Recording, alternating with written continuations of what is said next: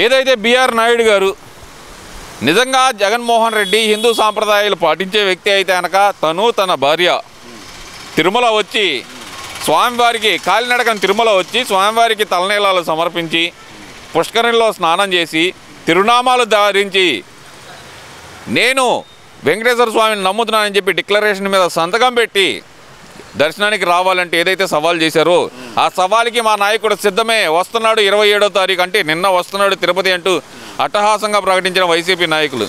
ఏమైపోయిందంటారు మరి ఆ ఛాలెంజ్? ఆ ఛాలెంజ్ వెనకమాల చాలా రహస్యాలు ఉన్నాయండి. ఒకటి, తిరుపతిలో గోవుల్ని అంతకుముందు క్వశ్చన్లు ఎవరిని అడిగారంటే విలేకరులు కానీ ఎవరిని అడిగారు, దానికి సమాధానం లేదు. తిరుపతి లడ్డు కల్తీలో సమాధానం లేదు. రోజా అమ్ముకున్న టికెట్లో సమాధానం లేదు. రూములు బుక్ చేసే కాడ కూడా అవినీతి జరిగిందని చెప్పేసి విజిలెన్స్ అధికారులు ఇవన్నీ తీసేసరికి వాళ్ళకి కొంచెం భయం పుట్టుకుంది. ఎక్కడికి వస్తే వీటన్నిటికీ సమాధానం చెప్పాల్సి వస్తుందేమోనని. అంతేనంటారా? అందుకని రాలేదు. నిన్న కింద కూర్చొని కొబ్బరికాయ కొడుతున్నాడు అయ్యగారు వినాయకుడి దగ్గర. ప్రసాదం తీసుకుంటే తిన్నట్టు యాక్షన్ చేసాడు తప్ప తిన్న దాఖలా అయితే నాకు కనపట్టలేదు. కనీసం నోరు ఆడాలి కదా, నోట్లో వేసుకుంటే మింగేత రావుందనే. అదేమన్నా కొబ్బరి ముక్కలను ఆడ పెట్టేదేంటి, కుడుములు ఉండ్రాళ్ళు కొబ్బరి ముక్కలు వడపప్పే కదా పెట్టేది. అయితే అది ఇట్లా తీసుకున్నాడు, అది తన్నాడు. అది ఎప్పుడు లోపల పోయినాయో పోలేదో కూడా తెలియదు. డిక్లరేషన్ ఎందుకు ఇస్తారండి? వాళ్ళ ఆవిడ వచ్చేసి నన్నులతోటి మాట్లాడుతుంది, అందరూ చూశారు. ఆమె రాదు ఫస్ట్లీ. ఆయన ఎప్పుడన్నా కానీ ఒక్కరోజైనా కానీ శ్రీవారికి బ్రహ్మోత్సవాలకి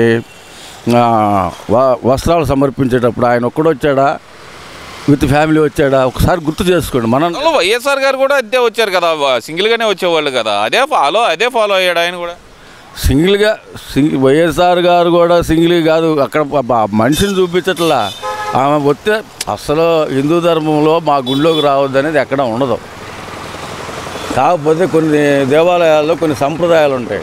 సంప్రదాయాలు పాటించి రమ్మన్నారే కానీ నిన్ను సంప్రదాయం పాటించకుండా రమ్మని ఎవరు అనలేదు కదా. ఎవరన్నా అన్నారా? బిఆర్ నాయుడు గారు కానీ ఇంకోళ్ళు కానీ ఇంతకుముందు నెయ్యి కల్తీ ఎందుకు జరిగింది? నువ్వు నమ్మట్లేదు, ధర్మాన్ని నమ్మట్లేదు. దాన్ని నమ్మనప్పుడు ఛాలెంజ్ చేసరికి ఏం చేస్తారు? ఇంకా మరి నిన్న పోలేదు, ఎందుకు పోలేదు? ఏ కారణాలు ఇట్లాంటివి ఉంటాయి. ఆడు నువ్వు కనీసం తిరుమల మాడవీధుల్లో వైట్ పెయింట్ వేయించలేనోడు. వైట్ పెయింట్ భక్తులు కాలినడకన్నా చెప్పులు లేకుండా నడుస్తారు కదా, కాళ్ళు కాలకుండా ఉండటానికి తిరుమలలో చుట్టూరు వైట్ పెయింట్ వేసేవాళ్ళు. అది కూడా వేయించలేకపోయావు. అన్నదాన సత్రంలో, వెంగమ్మ అన్నదాన సత్రంలో చండాలమైన భోజనం పెట్టించావు. ఏ డబ్బులు నీ జేబులే పెట్టట్లేదుగా. స్వామివారి డబ్బులే కదా, వచ్చి అక్కడ కూడా భోంచేయి. నిన్ను వద్దంది ఎవరు? వస్తానని చెప్పి రాకుండా వెనకడుగేయడానికి కారణం ఏంది? అయినా మేము సవాల్ వేసరలేదు కానీ వాళ్ళే చెప్పుకున్నారంటూ మళ్ళీ మాట మార్చడం ఏంది అసలు? అంబటి రాంబాబు లాంటి వాళ్ళు, పేరు నాని లాంటి వాళ్ళు, వాళ్ళకి నోరుకి ఏది వస్తే అదే మాట్లాడతారు. అంతేగాని అక్కడ అవాస్తవాలు చూడరు. మొన్న అంబటి రాంబాబు రాజధాని మునిగిపోయిందన్న, నిన్నల్లా వర్షం కురిసింది, నిన్న మునిగిపోయిందా? వాళ్ళు వేస్తారండి, వాళ్ళదే ఫేక్ ఛానల్. నిన్న కూడా దాని ఫేక్ ఇంకో ఉదాహరణ చెప్తున్నాను. వికలాంగులు పెన్షన్ తీసేస్తున్నారని ఒక చెయ్యి లోపల పెట్టుకొని డ్యాన్సులు వేస్తుంటే దాన్ని ఎట్ట చూడాలంటారు? మీ ఉద్దేశంతో, జన ఉద్దేశంతో మాట్లాడలేదు కదా. ఎందుకు మాట్లాడలేదు? వికలాంగులు పెన్షన్ ఎవరు మాట్లాడలేదు. వైసీపీ నాయకులు ఎవరు అసలు అది చెయ్యి వెనకమల పెట్టుకున్న దాని గురించి ఎవరు మాట్లాడలేదు. మరి ఎందుకంటే తప్పు మన దగ్గర పెట్టుకున్నప్పుడు ఏం మాట్లాడదాం? తప్పు నా దగ్గర ఉంది, నేనే మాట్లాడేది. మాట్లాడలేనుగా. వాళ్ళు చేస్తున్న పనులు అయ్యి ఏం చెప్తాం? ఈరోజే ఒక వారం 10 రోజుల నుంచి కనపట్ల. ఆడికి పోయిందో నాకు శ్యామల రోజా ఒకటే, వీళ్ళు కనపట్ల. ఆడికి పోయారు అనేది అర్థం కావట్లా. పార్టీలో తీసేశారా లేకపోతే వాళ్ళని ఏం చేశారనేది ఇంతవరకు అర్థం కాదు. వీళ్ళ గురించి మాట్లాడుతున్నారు కాబట్టి ఒక క్వశ్చన్ అడగొచ్చా మిమ్మల్ని? చెప్పండి. ఇప్పుడు ఇదే ఆర్కే రోజా కానీ ఇదే ఈమె ఆర్ఏ శ్యామల అంటే శ్యామలారెడ్డి గారు, మీకు ఆయన యాంకర్ శ్యామల గారు ఐడియా ఉంది. ఆమె కానీ మహిళల గురించి, మహిళల భద్రత గురించి ఎంతో అట్టహాసంగా మాట్లాడే వీళ్ళు నిన్న వాళ్ళ నాయకుడు భూమన కరుణాకర్ రెడ్డి ఒక ఐఏఎస్ అధికారిని పట్టుకొని ఆమె కట్టుకునే చీరల గురించి, ఆమె పెట్టుకునే విగ్గుల గురించి మాట్లాడటాన్ని అసలు ఎలా చూడాలంటారు? వీళ్ళు మాట్లాడాలి కదా, అలాంటి తప్పు మాట్లాడకూడదని. తిన్నారు, శుభ్రంగా సంతకాలు పెట్టించుకున్నారు, భూములు లాగేసుకున్నారు. ఇప్పుడు ఏమైనా మాట్లాడతారు వాళ్ళు. ఎందుకంటే అడ్డం తిరిగి గవర్నమెంట్ సపోర్ట్ చేస్తుందేమో, చేసే టైం వచ్చింది కాబట్టి వాళ్ళు ఆ రకంగా చేస్తున్నారు. భువన కరుణాకర్ రెడ్డి చేయని అన్యాయం ఏముంది, అందరికీ తెలిసిందేగా. మళ్ళీ కొత్తగా రోజు రిపీట్ చేయాలన్నా ఆయన గురించి, ఆయన హైలైట్ చేయాలన్నా? చేయాల్సిన అవసరం ఉందా? లేదు కదా. అది అట్నే ఉంటుంది. మహిళ కట్టుబొట్టుల గురించి మాట్లాడటాన్ని అసలు ఎలా చూడాలండి? లోపల జైలు వేయాలి అట్లా మాట్లాడడం వాళ్ళని. నేనైనా సరే లోపల జైలు వేయాలి. క్లియర్ కట్గా ఏది మానవ హక్కుల సంఘం తరపు నుంచి, మహిళా సంఘాల తరపు నుంచి ఆయన లోపలేసేయాలి. దరిద్రం వెళ్ళిపోద్ది. రెండోసారి ఇంకోటి మాట్లాడకుండా ఉంటారు. అది అంతేగాని కట్టుబుట్ట ఆమెను జైల్లో పెట్టించింది ఎవరయ్యా? రాజశేఖర రెడ్డి గారను జగన్మోహన్ రెడ్డి గారేగా జైల్లో పెట్టించింది. ఆమె జీవితాన్ని నాశనం చేసింది వీళ్ళిద్దరు. మళ్ళీ వాళ్ళు ఆమె మీద పడి ఎడుతారు ఎందుకు?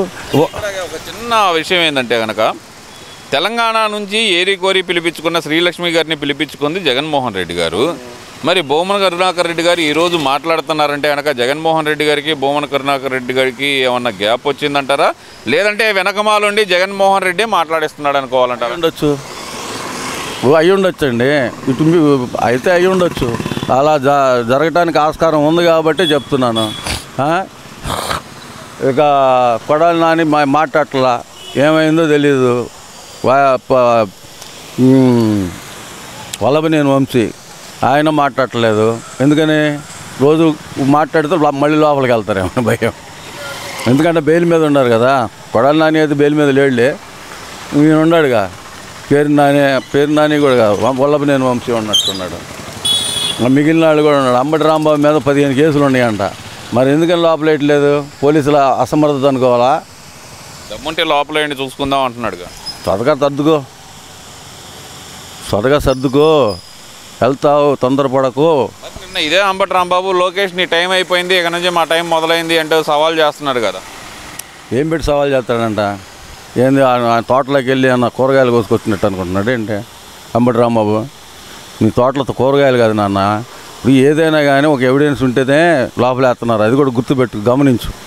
నీకు కూడా ఏదో ఒకటి దొరుకుతుంది, దొరకకుండా ఉండదు. మేము పెద్ద పత్తిత్వం ఏం కాదు. ఇంకేం చెప్పమంటావు చెప్పు. ఎందువల్ల అంటారు వీళ్ళు రెచ్చగొట్టే వ్యాఖ్యలు ఎందుకు చేస్తున్నారు అనుకోవచ్చు అంటారు? ఏదో ఒకటి అరాచకం సృష్టించాలి. అన్ని పథకాలు ఇచ్చేసారు. ఇక మనం మాట్లాడటానికి ఏముంది?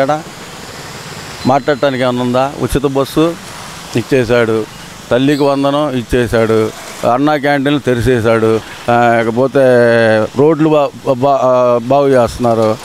బాగా 90%. ఇక పోతేనేమో మన స్కూల్ పిల్లలకి యూనిఫామ్ ఇచ్చేశారు, స్కూల్ పిల్లలకి భోజనాలు సన్న బియ్యంతో పెడుతున్నారు. ఇంకా గుర్తుండే అన్నీ చెప్పొస్తాను. ఇవన్నీ చేస్తున్నప్పుడు ఇబ్బందికరంగా ఏముంది? ఏం ఇబ్బంది అయింది? ఒక్కటి కూడా ఇచ్చిన హామీలు ఒక్కటి కూడా మిగిల్చలేదు కదా.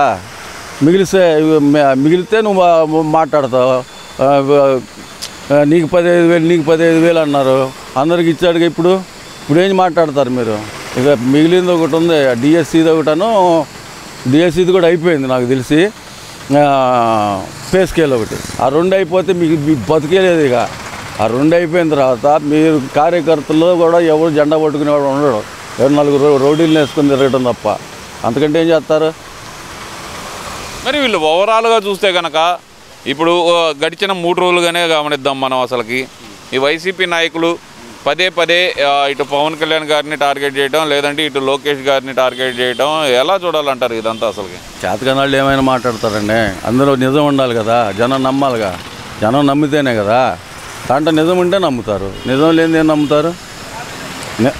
నిజం ఉంటే నమ్ముతారండి, నిజం లేనిది ఏం నమ్ముతారు? లోకేష్ ఏం చేశాడని, లేదా పవన్ కళ్యాణ్ ఏం చేశాడని? ఆయన నియోజకవర్గాన్ని శుభ్రంగా బాగు చేసుకుంటున్నారు. వాళ్ళ నియోజకవర్గాల్లో మంగళగిరిలో కావచ్చు, పిఠాపురంలో కావచ్చు, లేకపోతే అన్ని నియోజకవర్గాల్లో అందరూ ఫండ్స్ తెచ్చుకొని పనులు చేయించుకుంటున్నారు. డ్రైనేజీలు కానివ్వండి, రోడ్లు కానివ్వండి, ఎక్కడన్నా చిన్న స్కూల్లో డ్యామేజీలు కానివ్వండి, హాస్టల్లో డ్యామేజీలు కానివ్వండి, ఇలాంటివన్నీ బాగు చేసుకుంటూ వస్తున్నారు. అంటే పుట్టంగాలని ఎవడైనా అన్నం తిండ కదా, పుట్టంగాలని అన్నం తిండ కదా, చిన్నగా వెళ్తూ ఉంటుంది. సంక్షేమ పథకాలు చూసి కళ్ళు బయర్లు గమ్మిన వాళ్ళకి ఏం చేయాలనేది అర్థం కాదు. ఏదో ఒకటి వాగుతున్నారు. వాగనే